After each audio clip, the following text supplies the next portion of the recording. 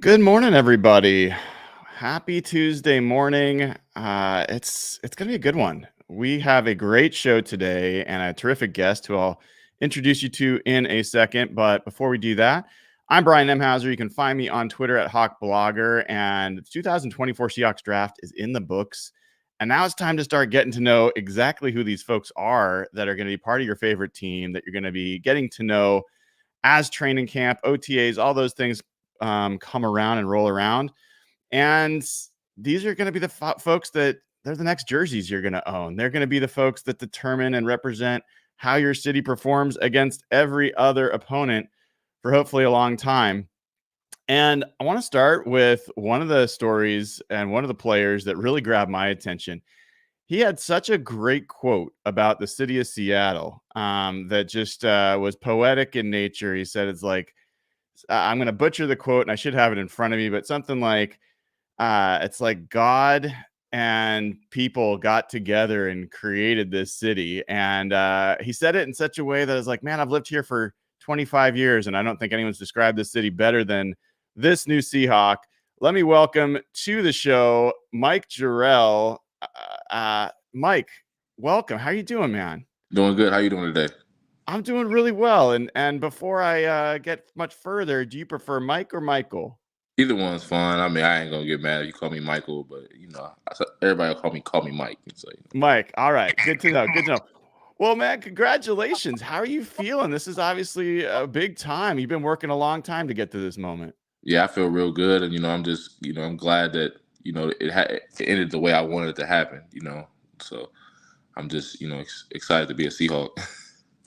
Love it. Well, and you got something in the background there. It looks pretty special. Who's that? Who's that picture of back there? That's my niece, Ajari. That's my brother. I'm at my brother's apartment. This Your is brother's place. yeah. Love it. Love it. Hey, I noticed you've got your Twitter handle, your X handle is Big Gucci MJ. What's the story there, man? Well, one Gucci Man, the rapper, he's my favorite artist, and like I don't know, I kind of like adopted his name and turned it into my nickname, so people call me Big Gucci. So, and Love that's it. been the thing about it. We also saw, jersey numbers starting to get handed out, and I think I saw 65 for you. Does that sound right? Yeah, 65 is the first. This is my first new number since my sophomore year of high school. What number have you been all up until then? 70. Yeah, 70. Yeah. So did you have any say in 65, or they just say, hey, here's your number? Now they gave me 3 numbers to choose from, and I chose 65. I was like, I just subtract 5. I like it. I like it. So this all came to fruition for you Sunday when the Seahawks called your name in the 6th round, and I'm curious, where were you when that happened?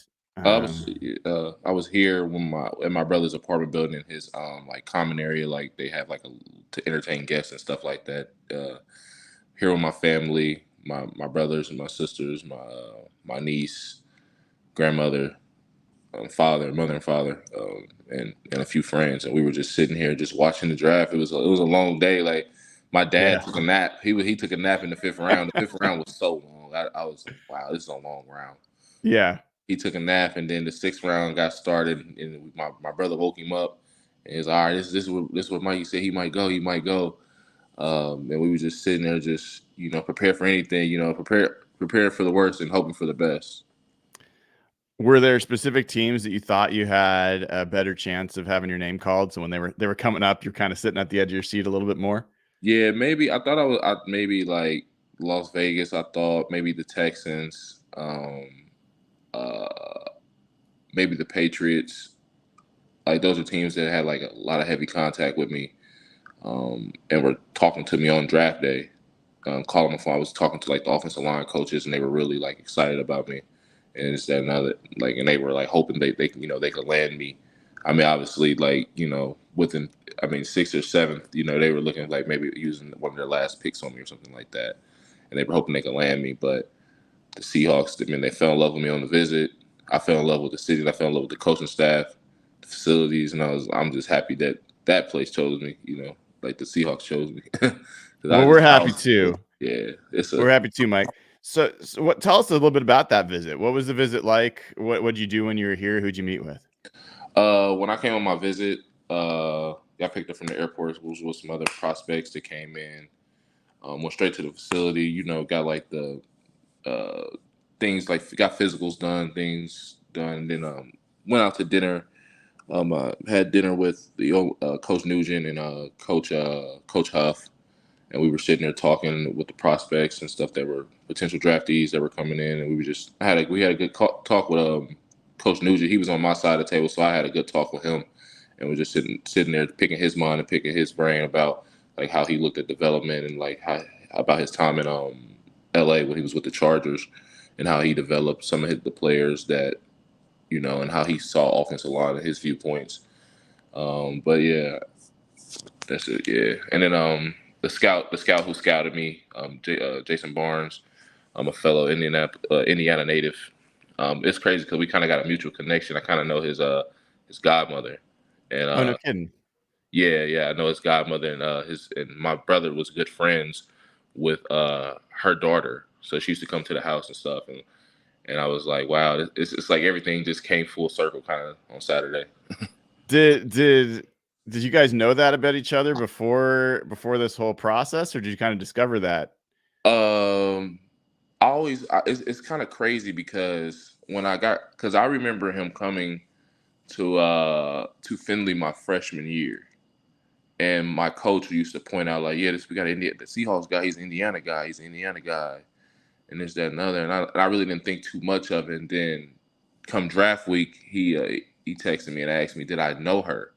And I was like, kind of vaguely, kind of like, because I hadn't seen her in so long, couldn't really. And then I said, she's short. And I kind of described. He said, yeah, that's her. I was like, wow, it's crazy. She's such a nice, sweet lady. Like I've been knowing, like she was a basketball coach and stuff. I'm like, wow, I remember her. And he was like, yeah, it's my godmother. So yeah, That's pretty cool. yeah. Well, so when your name finally got called, describe that. What did I feel like?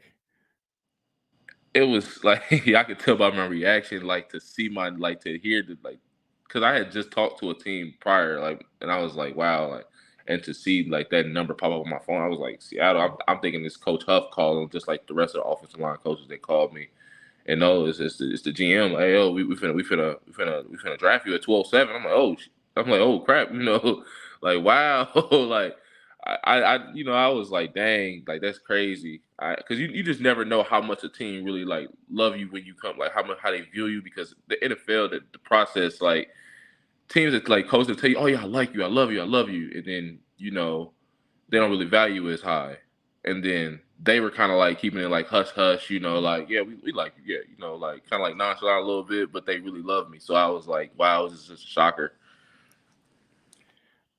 When you've been working for this probably for, back since high school, and you were a tight end early on and then converted into offensive line. Mm-hmm. I mean, when was the time that you started really dreaming of NFL as a real possibility? Always, I would say a real possibility is when my senior year of high school, when I met my coaches. Like I did, because I was under recruited, and like when you coming from my area, you don't really, it's not a lot of NFL players. We've had one NFL player in the entire time besides me to get drafted, Stanford Kegler from the University of Purdue. He got drafted to the Titans back in '08. You don't really get to see people make it to the NFL, so you just so happy to get to college. And that was the main thing. I wanted to get to college, and then my coaches said, looking at your skill set, your length, and like the potential we see in you, you put on the weight, you can get the NFL. You're gonna walk across the stage with a degree and an NFL contract. And you kind of really don't believe it until you actually get there and you see how much they're investing into you and how much they want to see you to win. And then it starts to become more of a reality. And then I had guys in the process there going to the NFL, scouts coming around, they're giving me compliments as a freshman at a Division II level, and it just made me believe that I can, you know, achieve it one day. You talked about in your post draft press conference that loyalty was a big thing to you, and that you had offers. You could have gone to left Division II and gone to bigger schools, potentially helped your draft status, all this kind of stuff, but you stayed. Mm-hmm. Say a little bit more about that. Like, loyalty is not a common trait in the world, as much as I'd like to say otherwise. So why for you? Why did that matter? That's just how I was raised by my parents, my mother, and my father, and my brothers. Brothers and sisters, we always just preach loyalty. That's something that we were raised on. Even though the grass may look green on the other side, it ain't always green. And Coach Allen, he believed in me from the start, and Coach Wags as well. They both believed in me to start, and I didn't want to leave them, as well as leaving my brothers behind, who I worked hard with, who I getting on the line running sprints with. I didn't want to leave those guys and chase something that going to go chase the grass on the other side. I didn't want to do that. I wanted to be with the guys that built me, and when they get on the game, they can feel proud about their school. They see Michael Jerell, University of Findlay, on Madden. That makes that's like that meant more to me than going to another school to just improve my stock. You can make it from anywhere. How do you think that translates? I mean, obviously this is all new for you, but you get in the NFL and it's, fans love to think about loyalty. Fans tend to really get attached to players or things of that nature. But, teams like, as long as you're helping them, as long as you're healthy, good. And then as soon as you're not, they move on. And I'm kind of curious, how do you think about loyalty when you come to the NFL? The Seahawks, the team that drafted you, hopefully they're the team that you have a great career with. Do you think about that at all as how that translates to a pro kind of situation? Yeah, for sure. Yeah, I think about it because, I mean, at the end of the day, it is a business, and they got to do what's best for the organization. If it's best to move on from me, they don't like it. Some years down the line, they don't want to deal with me anymore. Then I got to move on. I got to go. I mean, it's gonna hurt. It'll hurt me. Like, dang, this is the organization that first believed in me, and they stopped believing in me. You gotta be believing yourself. So if it's time for you to move on, it's time for you to find a new journey. Then that's what it is. Well, hopefully that's a long, long time from now. I got to ask you that quote about Seattle. Are you a writer? I mean, that was a fantastic quote. It jumped off the page when I saw that. Nah, it's crazy because I'm not a writer, but it's crazy because my mom asked me like what the city looked like when I was on my visit to the team. I'm in the pre-draft process, and that's how I explained to her. It's like man and God came together to make a beautiful city. Like it's just you got the trees in the middle of downtown, and you got the mountains. Like it's so much nature in the city. You like wow, and then big buildings and stuff. The skyline's beautiful. It's crazy. I ain't gonna lie. That was my first time coming to Seattle, and I didn't know what to expect. Like I always used to see like it on movies and like TV and all that. Like, and you'd be like, oh, okay. But then when you see it in person, it's kind of like breathtaking a little bit. I love it. Well. When are you coming back? What's your schedule coming back here? Yeah, I will be coming back Thursday for rookie minicamp. For minicamp. Do you do outside of football? You have hobbies, things that you love to do? You an outdoors guy at all? Uh, I mean, I will go outdoors and nature walk and stuff like that every now and then, but most of the time, I like playing the game with my guys and going to go work out and maybe going playing some basketball. I like outdoor basketball more than I like indoor. So Yeah, well, you got to deal with the wind outdoor though, so yeah, yeah, and some that's rain. fun. I'm with you there. Um, the Seahawks, drafted you, and they've got some needs at various parts of the offensive line. One of them is inside, and you've been a tackle during your career. Have you played guard at all, or any other positions? And has the Seahawks talked to you about any other positions outside of tackle? I played a little guard, like in like the hula bowl, like some guard reps and like individual, but never really any in game reps. They talked about they did need offensive interior help. But whatever they want me to do, they want me to start learning how to snap a ball. Like, okay, I gotta learn how to snap a ball. Whatever they want me to do to get me on the field and to help that they see is best fit for me is I'm willing to do it. As of right now, I know I'm a tackle, but if things change, they say we want you to move inside. We want you to work on that. to help better the team, then I'm all for it. What do you see as your strength as an offensive lineman? I say I'm a strong guy, strong, powerful, quick. I got good football IQ, good feet, good length. Uh, yeah, I say those are my strengths. Do you have a favorite kind of play? Is pass protecting as an outside zone? I mean, is there something that you love to do as an offensive lineman? I say like outside zone. I say like outside zone, maybe mid zone, like getting out, run a little bit. Um, I do like inside zone. We run a lot of inside zone in my school. Power, ran a lot of power encounters, being able to knock that three tech over. Put displacement, put him into a gap. I like that. And obviously, I like pass pro. I like to, play basketball out there. Do you see yourself as a stronger pass protector or a stronger run blocker? uh, I say I'm 50. I say I'm balanced. I mean, I don't. I mean, I'm gonna say I'm balanced just because that's me. But I feel like I can still improve on both. I'm a, yeah. You had a big I don't know if it's your pro day. It was this like Ohio State or something like this where you came a pro day and you put up just outstanding numbers. You broke 5 flat, 4.9440. Is that what you expected to run? Do you expect to run a little faster? Was that like your best? Where was that for you? Nah, that was right where I've been getting at the entire pre-draft process. I think the longest I got, I mean, the shortest I got was a 4.8, and like a couple weeks prior to that, I had a 4.8. But I mean, I don't know, but that was like hand time. That was like hand time from the trading place I went, so it could have been a little cap, But nah, I trust Jordan. Now they got me right. but That's that's moving, man. That must. yeah, How'd you yeah. feel when you saw that time when you heard about that time? I felt good, man. I felt like all the work I put in down in the X3, man, was paying off. Like all the stuff that they preached and all the stuff that they told me I needed to do to get the best time. I went out there and I tried to do it to my best of my ability, and it made me feel good. I'm very grateful for them as well. Have they told you if you're gonna have a roommate? When you report into rookie minicamp? No, they haven't told me that at all. But if I do, I mean, that'd be better. That'd be better for me to have an accountability partner in the room with me. Do you know anybody on the Seahawks roster? Have any cross paths them either playing or elsewhere? Nah, I haven't really crossed any paths with anybody on the sea. Haven't like I've seen like the guys. I think I've seen Charles Cross like walking in on my visit, but I haven't actually like met them personally.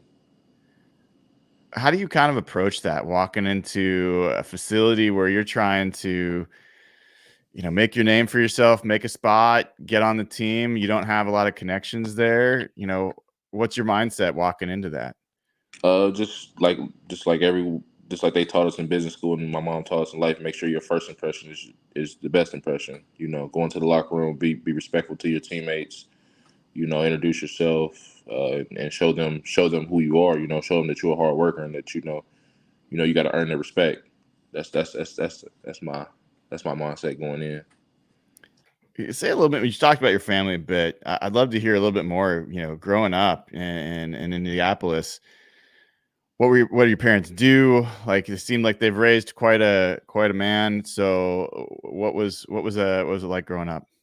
Well, like growing up, I grew up in a single mother household for majority of the time. My mom, and my dad, they were together for 13 years, and they split up when I was around 9. I was never married, but like in the house together. But my dad's a barber. He's actually my barber.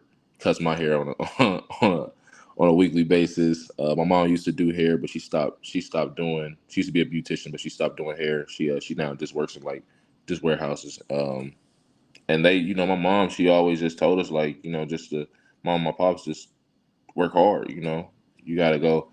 Ain't nobody gonna give you anything. You gotta go get it. Like I couldn't. They told me they couldn't pay for school, so I had to go out and go find a way to go get a scholarship, whether that was through education or through athletics. And it came from athletics, even though I was fortunate enough to have great grades in high school, that I could have got an academic scholarship. But just work hard, be respectful, be mindful of others, and be humble about where you come from. Do you have any other family members that pursued professional athletics or have athletics in their background? I got a distant cousin that played for the Dolphins. I think he was a Pro Bowler, Ronnie Brown. I think he played for the Eagles. He was a distant cousin. Like my mom, like I got relatives that like I haven't actually met him, but I got relatives that like that tell me about him. Like that, like that's your cousin. Like, I'm okay, but I haven't actually met him. If I asked your parents, who would they say that you got your athletic ability from? I'd say probably my mom. My mom's side of the family. My dad played sports, but I think I got it from my mom's side of the family. My uncles played baseball. My mom ran track. Uh, so I think I got it from my mom's side. Is there a oh, sorry, go ahead, Mike. Oh no, that's it. I wasn't saying anything. Okay. Is there a NFL player who you look up to or you kind of pattern your game after? Okay, I got five that I watched on a consistent basis. I watched a lot of Laramie. I watched a lot of Trent. And I watched a lot of Big Q and a lot of Kelsey for like mentality and just being dominant out there. And I watched a lot of I like I like Lane Johnson as well too. So I watched a lot of him because he played right tackle, best right tackle in the league in my opinion. I've been a big fan of him for a long time. I don't know why. I just like Lane Johnson. He's been out there and been dominant for many years. Not a Yeah, bad yeah, guy to follow. All those guys. Hopefully, there's be guys pretty soon that are talking about Mike Jerell and patterning their game after Mike Jerell. So yeah. I want to be from one to Finley. be. Yeah, I want to be in that conversation for sure. Hopefully. Well, Mike, I don't want to keep you too much longer. I really appreciate you coming on the show. Is there anything else Seahawks fans should know about you that we haven't talked about? Um, yeah, if y'all want to know anything about like my favorite song ever, my favorite Yeah. song is Nelly and Kelly Rowland Dilemma. That's my favorite song. So it's just a fun fact. All right. All right. And the folks in chat, folks that are watching, gonna have thousands of people watching this, and they're all just welcoming you to Seattle. They're so happy to have you, and really excited for you to get this chance. And this is a team that absolutely needs everything you bring. So thank you so much. Good luck and have a great time at rookie minicamp, man. It's hopefully the weather's gonna cooperate. It's been a little hit and miss, but you're gonna love it. Come training camp, it's gonna be great. Yes, I will. Hey, Northwest Ohio, man, the weather can't get no worse than that. So I'm prepared for anything. Love it. All right, man. Thank you. That is Mike Jerell, your newest Seahawk, 6th-round pick out of Finley, and number 65. So keep an eye out. Pick up that jersey as soon as it's available. All right, Mike. We will talk again. Thanks, man, for coming on. No problem. All right. That was Mike Jerell. Man, what a great guy and a great story. I think, those are the kinds of players that are easy to root for, man. For him to pass up going to larger FBS schools, potentially getting NIL money, all this kind of stuff, to stay there because you heard him say it. It meant something to him. It's going to mean something to his teammates to be able to see on Madden, Mike Jerell, University of Finley. That's a big deal. In his mind and something that he cares about, and he was raised that way. Loyalty matters to him. And I mean, I'm a sucker for that stuff because if you look out in the world, loyalty is just rare. I mean, people talk it, but people rarely walk it. And that's not just football. It's not just professional sports. It is jobs in general. I mean, how many people out there know that if you don't do your job well for a second, or if you get sick or whatever comes up, right?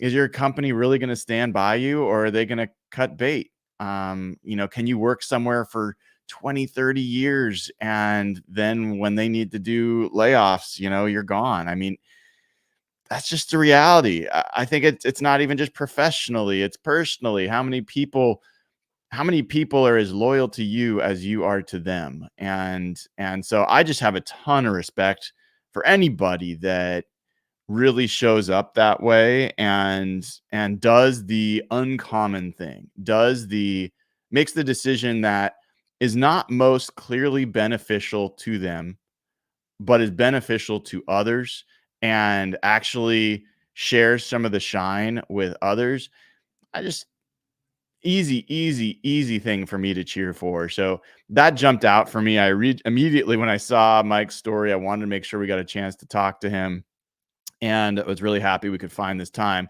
It's a little bit of tight timing with rookie minicamp Thursday, so may have to wait on talking to some of these guys, but hopefully we'll talk to a bunch of them as time rolls on.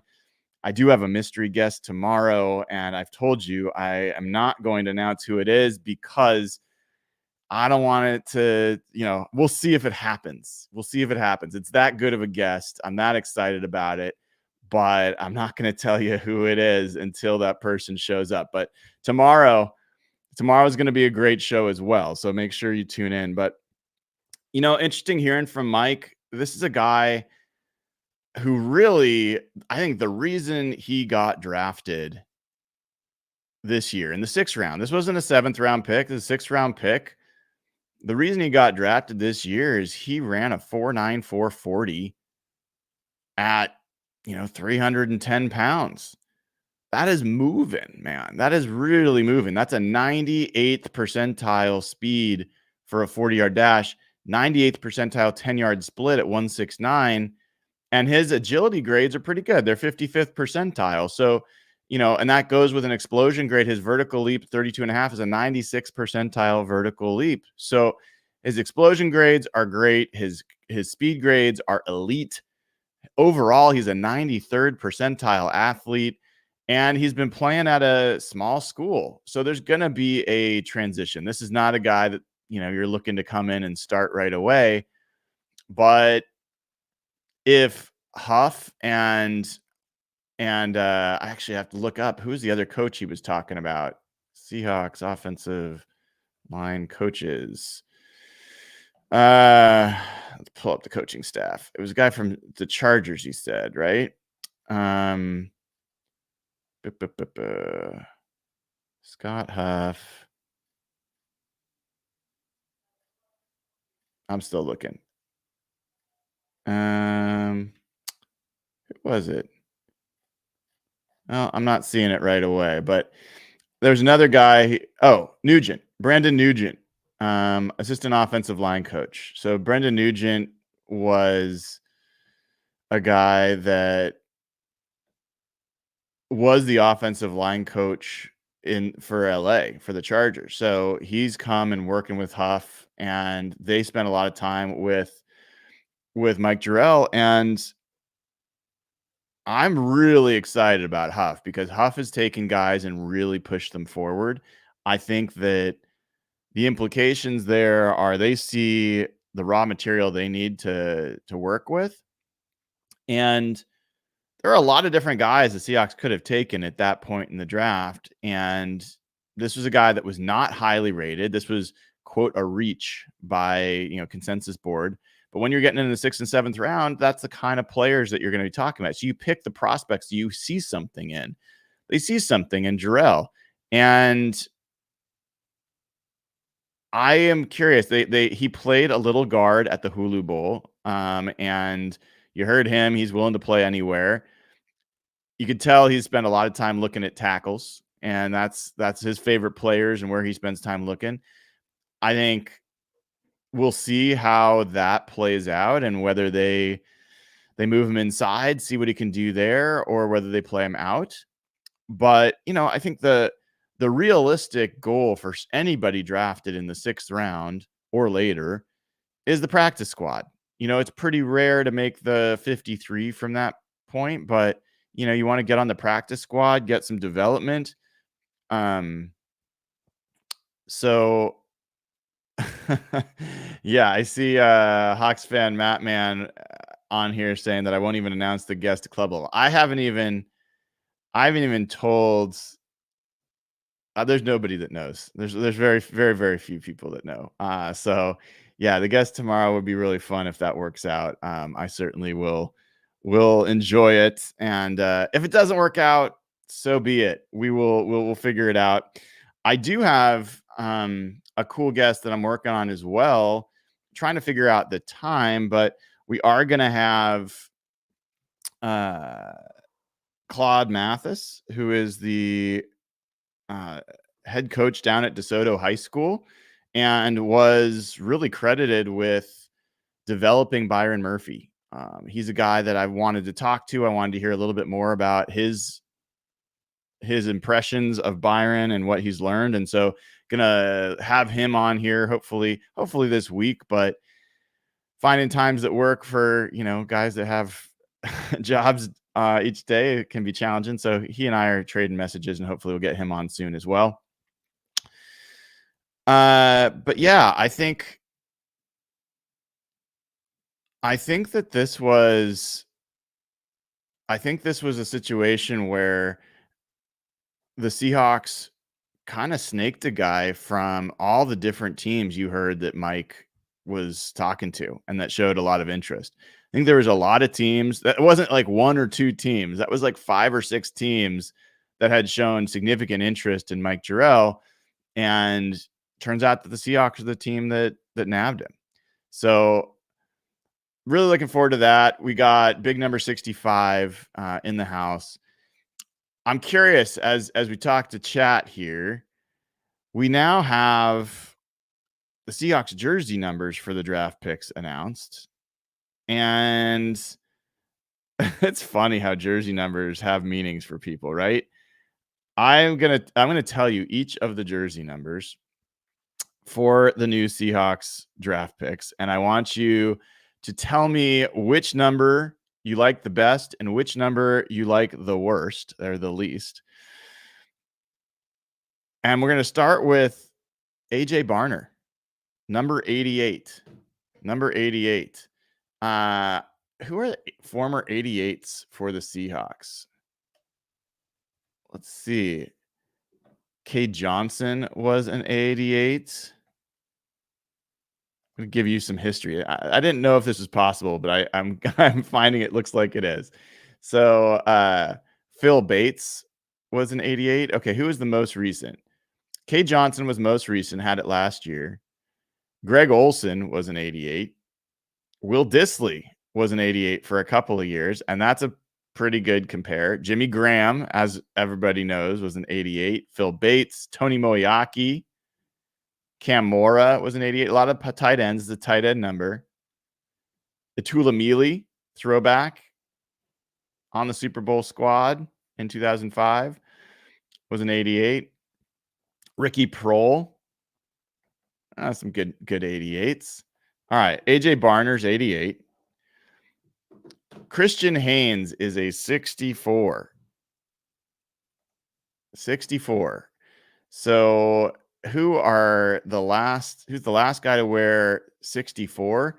Austin Faoliu. Faoliu. Honestly, sorry, can't pronounce it. My bad.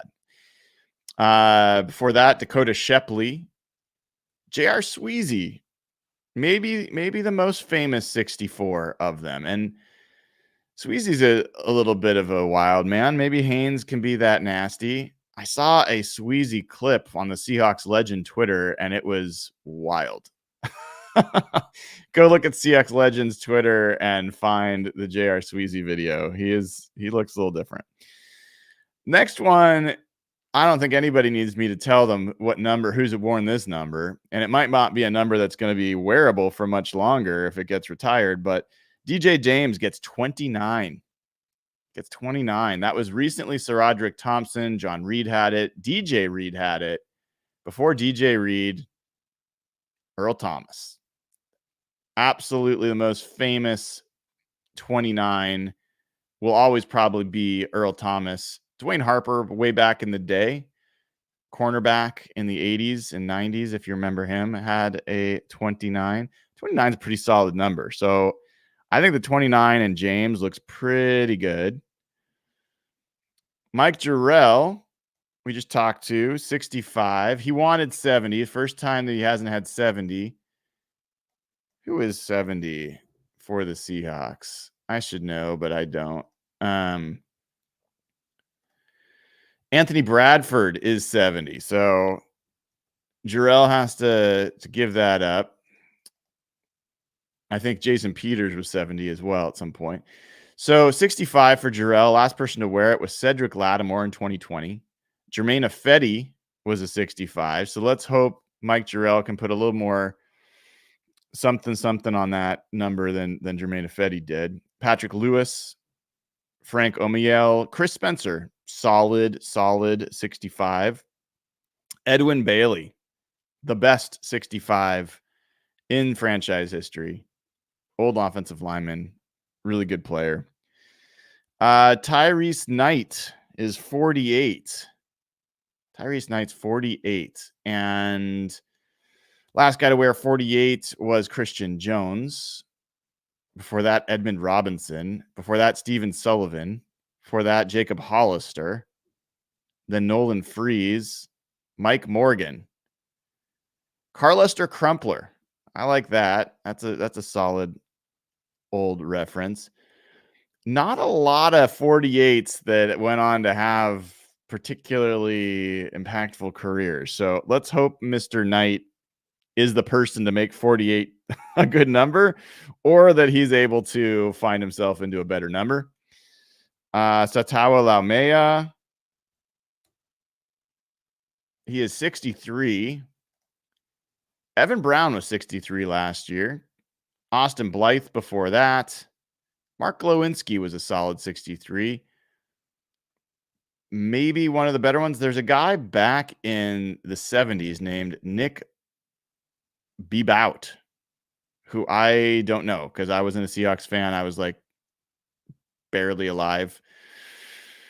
So they don't have, there's not a lot of 63s that have really been great. Glowinski's probably one of the most recent that worked out.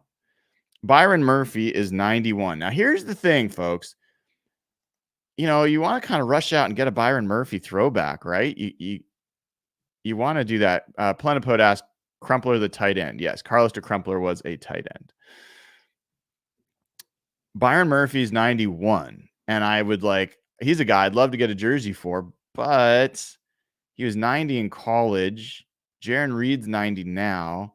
Is there a chance that he's 91 this year and then he goes to 90 next year and you got the wrong number for your guy?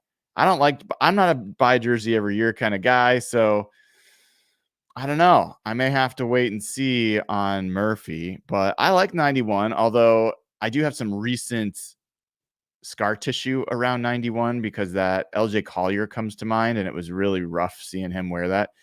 Byron Murphy wearing it is going to look a lot different. Talk about different athletes. LJ Collier versus Byron Murphy. Very different. Jaron Reed did have 91 back in 2019.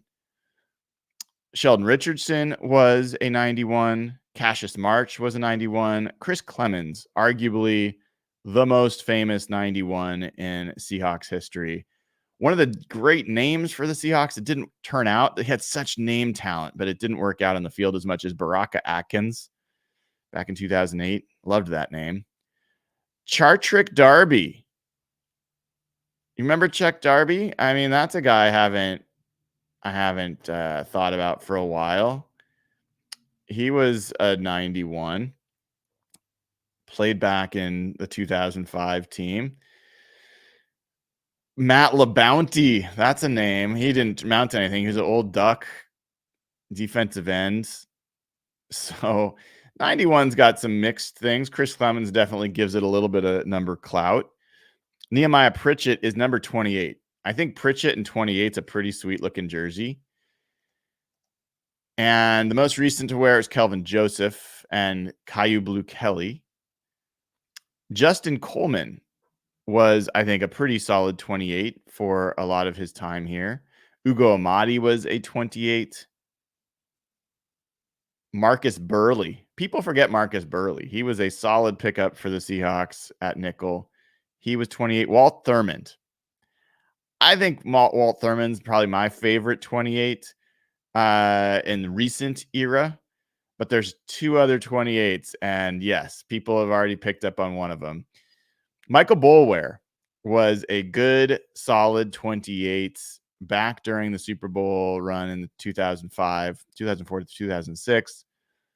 But the most famous 28 of course, the most famous 28 is Kurt Warner. So, but Nehemiah Pritchett, I think that's a pretty sweet number. Nothing wrong with that. Of those, do you guys have a favorite number combination with the player? I'll read them back real quick. Barner, 88. Christian Haynes, 64. DJ James, 29. Mike Jerell, 65. Tyrese Knight, 48. Satawa Leimea, 63. Brian Murphy, 91. Nehemiah Pritchett, 28. Favorites? Least favorites? I'm a little worried for Tyrese Knight, I got to say. 48. 48 that is a camp body number. he's gonna have to make that mean something, or he's gonna have to upgrade that number. I think that's the one that gives me a little pause. Hawks fan Matt Man says 29 for him. Yeah, I think 29 in James is definitely a good looking number. No doubt about that. I think Pritchett in 28 is pretty good as well. I can't quite say that 91 and Murphy's working for me. Like, I almost want Murphy to go, I don't know, like 98 would be a good Murphy number. 90 would work too. I could also see him doing something like a 1. Like, I don't know. Like, I just think watching him move in the 70s, I think would also be a great number for him. I mean, is 79 retired? I can't remember. Probably is. But like, he and Jacob Green, there's a little Jacob Green in Byron Murphy's game. Just violent, physical, fast, for sure. But yeah, I kind of feel like 90 almost feels too slow for Byron Murphy, man. That guy is quick. Get him in the 70s, I think. That would be sweet. Let me just double check. Is 79 retired? Well, no, someone in Red Bryant Wharton. Oh, yeah, it is. But I think Jacob Green maybe gave him. No. Raekwon O'Neal was 79 last year. It's not retired. Brian Monet was it before. Okay. Yeah. I would personally go with 79 for Byron Murphy, but we'll see. Jen Maz has a question of who is 72 right now. 72 right now is Abe Lucas. So yeah, looking forward to getting to know a little bit more about some of these guys coming into the year, and it was really cool to get to hear from Jurrell. I've got to talk a little bit about Keon Coleman. Speaking of getting to know guys, what a personality this guy's got. Is like very, very, very rare for me to see some guy on another team. I always liked Keon Coleman at Florida State and was a fan of him as a player.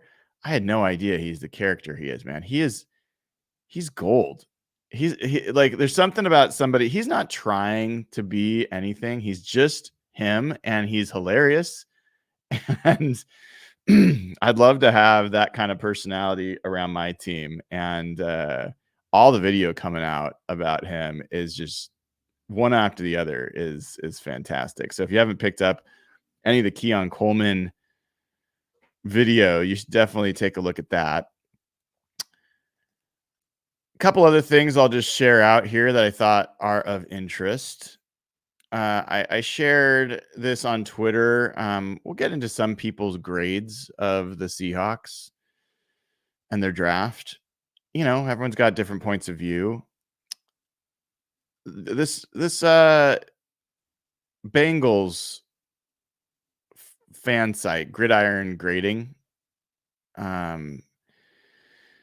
analyze the NFL draft, but I think they're largely focused on the Bengals. And they had their chart out here. I'll share it. I think I can share this, and you guys will be able to see it.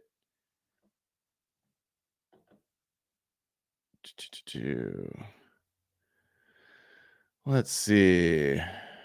Here we go. So they had their draft grades, and they have talent added on one axis and value over expected. So talent added is combined player ranks on the big board. So this is kind of what I was thinking about doing actually, but like how like of the ranks on the big board, how high was it? And then value over expected, this is their big board rank versus the expected pick. So if they pick them ahead of their time, that's a reach. If they picked them behind it, it's not. And I thought the results here were interesting. I'm not sure I totally agree with a lot of them, but for example, the one that jumps out to me as odd is the Rams being so far down here. I We talked about that draft class yesterday. I think that's a pretty solid draft. I think anything that doesn't have the Commanders in, the best position. I think arguably the way to look at this is the Commanders and the Cardinals added the most talent, but they also had the most picks in the top 100. So I think that's to be expected. But this does show what I talked about yesterday, which is Washington and Arizona had comparable draft capital. Washington did so much more with it. So moving to the right on this axis is how many players were picked at an appropriate level for the draft choice that you're at or better. Cardinals reached a fair amount, and that shows up here. So they reached more than any team but the Falcons in this draft, according to this chart, which I thought was an interesting thing. I also talked about like the Rams did reach a little bit for a few players. But they have the Seahawks in this top right quadrant. And they have the Seahawks right next to the Steelers, which the Steelers I just talked about being absolutely, one of my favorite drafts. And so interesting to see where they've got them plotted. They've got the Dolphins picking the best in terms of value for the picks that they had. The Eagles are kind of the tippy top top right of value plus talent. They have the best combination of that. But I think you can kind of look at everyone in this top right quadrant, all these teams. Excuse me. And for people that are listening and not watching, the teams that are in the B plus to A plus range, the best drafts that maximize talent and value, they give it to Green Bay, the Chargers, the Bengals, the Colts, the Eagles, the Steelers, the Seahawks, the Dolphins, the Saints, the Ravens, the Raiders, and the Giants. Notably, none of the NFC West teams are in that quadrant. The 49ers are pretty far down this list, and they had more draft capital than the Seahawks. And they had a second round pick. They had more thirds to work with, and I thought they just didn't have a great draft. As far as the Rams, I still am a little surprised. I think the Rams, I'd expect them to be at least more over to the right. And I like a lot of their picks, but I think that,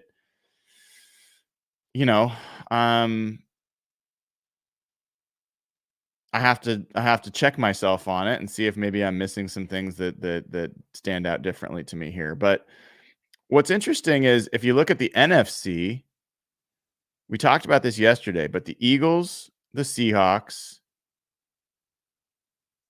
and the Packers really are the teams that were either they're playoff contenders last year. Those are the playoff contenders from last year that actually helped themselves the most and added the most talent. So if you look at this, I think there's some reason to believe that the Seahawks did gain on the NFC from this evaluation. So I just thought that was an interesting one to check out. Certainly not the definitive answer. And There's one other I wanted to get into here that just kind of annoyed me. I'm going to talk about it because it annoyed me. And it's Mel Kiper. You know, Mel Kiper's had such an interesting path where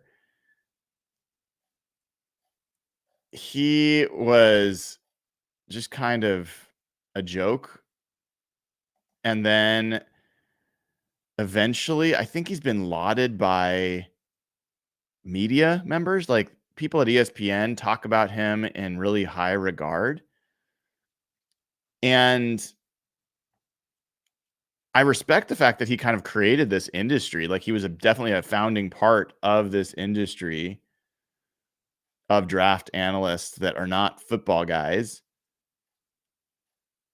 But I've never really liked Mel Kiper. I mean, I don't know him, but I never had a ton of respect for his draft perspectives. And it's amazing to me that he, of everybody else, is the guy that people listen to. But he gave the Seahawks draft a B-.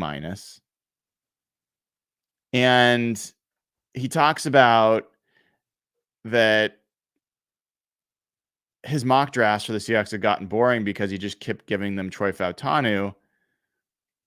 And that's because guard was their biggest need. And because he couldn't find a spot for Fautanu above them at 16, and it just made sense.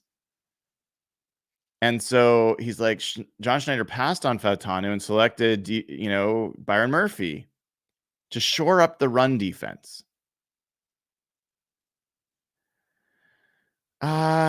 And he's like, I would have had a bigger problem with the choice, and I'm sure Schneider really cares whether Kiper would have had a bigger problem. But with the choice, if Schneider hadn't landed my third-ranked guard in round 3, who could be an instant starter. Those are 2 solid picks. AJ Barner wasn't much of a pass catcher in college, but he's a good blocker. Seahawks took 2 cornerbacks. He actually had James rated higher. This is not the most glamorous draft Schneider's put together, but there is talent throughout. So coming from somebody who also initially gave the Seahawks draft like a B-, B, somewhere around there, got to acknowledge, like, okay, I didn't like seeing that draft grade. I understand. No one likes seeing a low grade on your team's draft. But it's not the grade as much. This just smacks of like, they didn't pick the guys I think they should pick. And so I'm giving it a bad grade. And I didn't actually analyze the team well. If you guys remember, if you guys have been listening to this show, I had Robert Mays on here and Sam Monson on here, and they both thought the Seahawks were going to go offensive line. And I had to explain to them why I didn't think the Seahawks were going to go offensive line in the first round. And that I thought Byron Murphy was the likely top pick. So people that even are good at what they do and pay attention to the different teams still were kind of fooled a little bit by the fact the Seahawks have a big gaping hole in the interior line. But I don't think that means you then knock the draft. Like, this is where I think there's some of these draft grades that are just like, hey, I didn't feel like they should have picked that guy there, or he wasn't the guy I predicted, so I'm going to give you a bad grade. That's how this comes across to me. And then AJ Barner, the evaluation there is he wasn't much of a pass catcher in college. Neither was Roman Wilson. Like, that was not a pass-centric offense, but I think AJ Barner showed a ton. He broke more tackles than anybody other than Brock Bowers. I think I saw that somewhere. So I think that's selling the AJ Barner pick short. But anyway, that kind of annoyed me. Interestingly, Field Yates is a guy that I do like quite a bit, and I think he's smart. And he went through and wrote an article today where he talks about the best picks, the top steals in every round. And in round 1, He did not say Byron Murphy, so he's wrong to start with. It's not a great start. He starts, his favorite picks in round one, if you're curious, are Roma Dunze to the Bears, Leatu Latu to the Colts, Kenyon Mitchell to the Eagles, Graham Barton to the Bucks, and Xavier Legette to the Panthers. What he talks about in round three, though, his favorite picks in round three, one of them is Christian Haynes. Few players bring as much tenacity on snap-in, snap-out basis as Christian Haynes, who ended up number 59 on my board. Over the past 2 seasons, he allowed 0 sacks and a mere 5 pressures. Haynes excels in pass protections and addresses arguably Seattle's biggest need of interior line depth, helping replace Damian Lewis and Evan Brown, who both left in free agency. In round 4, one of his favorite, Malik Mustafa. Not surprising and understandable. I saw Grant Cohen this morning compare him to Dante Whitner. I think that's a pretty fair comparison. Similar limitations, similar physical style. In round 5, he mentions Brennan Jackson to the Rams, which I respect and agree with. In round 6, he mentions Malik Washington, which I think him in the Dolphins building. I'm actually excited to see Malik Washington with the Dolphins. I think he's going to do great things for them. He also, though, called out Mike Jerell, one of the best small school prospects in the draft.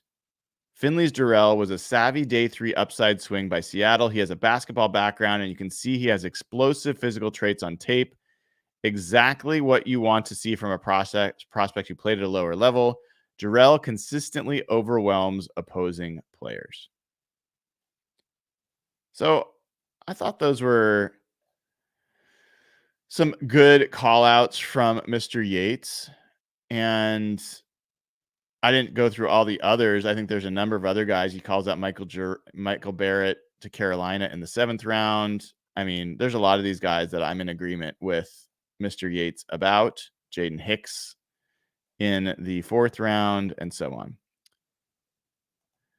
I put this on my timeline on Twitter as well, but worth repeating if you didn't see it. So Kentley Platte, who we had, the maker of Raz, came on the show a while back. He apparently had Christian Haynes as his favorite player in this draft. And he tweeted out when Christian Haynes was drafted, the Seahawks get my favorite player in the draft. Damn it. And he said, in the course of my work, I watch a lot of players. I've also worked with some schools for various projects, and UConn is one of them. So I got to see Haynes in person, wrecking shop, as he usually does. I was already a fan and just made me more of one. Then he tested great. So, some love there for Christian Haynes, and I think some good stuff as well. So I'm probably going to spend the last few minutes here. I'm going to talk a little bit of Mariners. And so if you want to drop off, you're welcome to. Have a great day if you do. But I just want to spend a couple minutes. Mariners get a walk-off win last night. Mitch Garver finally, connects, hits his third home run of the season. And the only thing I wanted to say about the Mariners, this is going to be very quick, is as well as the pitching's doing, and the starting pitching is unreal right now. It is historic what's going on right now.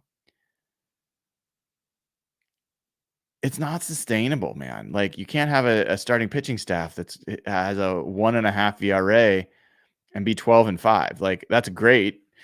And it's great to see the Mariners winning games and beating you last night. One of the, if not the best team in the majors, definitely the team that had the best record in the majors. But I'll be lying to you if I didn't say when Bryce Miller was throwing that no-hitter, I was like, here's what's going to happen. He's going to actually throw a no-hitter through the 9th inning, and the Mariners are not going to have scored a run. That's what it feels like. That's what it feels like to be a Mariners fan. So let's hope the weather starts warming up. Let's hope that the bats start warming up with them. They don't have to be good, but if they can just be better than 160 average by half their players, this could be a really fun summer. So let's go. Let's pick it up, Mariners. Let's do a little bit more. That'd be great. All right.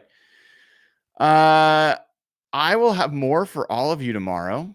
Let's hope, cross all your fingers and toes that this guest works out. I'm validating that today, and we will see if that turns out to be as cool as I hope it will be. And outside of that, have a great rest of your day. Keep it coming with being a YouTube member. If you haven't already, click the link that is pinned in the chat or that's in the description of the video. Would love to have you join as a YouTube member as well as a Patreon member. All the audio versions of these podcasts are only available to patrons. So patreon.com/hawkbloggers, where you sign up, get access, all that good stuff. And then give the show a like and click subscribe. It's easy to do. Even if you can't support the show through membership or being a patron, click like, subscribe, engage with the content. All that's helpful. Really appreciate it. This has been another episode of Hawk Blogger Mornings. I'm Brian Emhauser. Have a great rest of your day.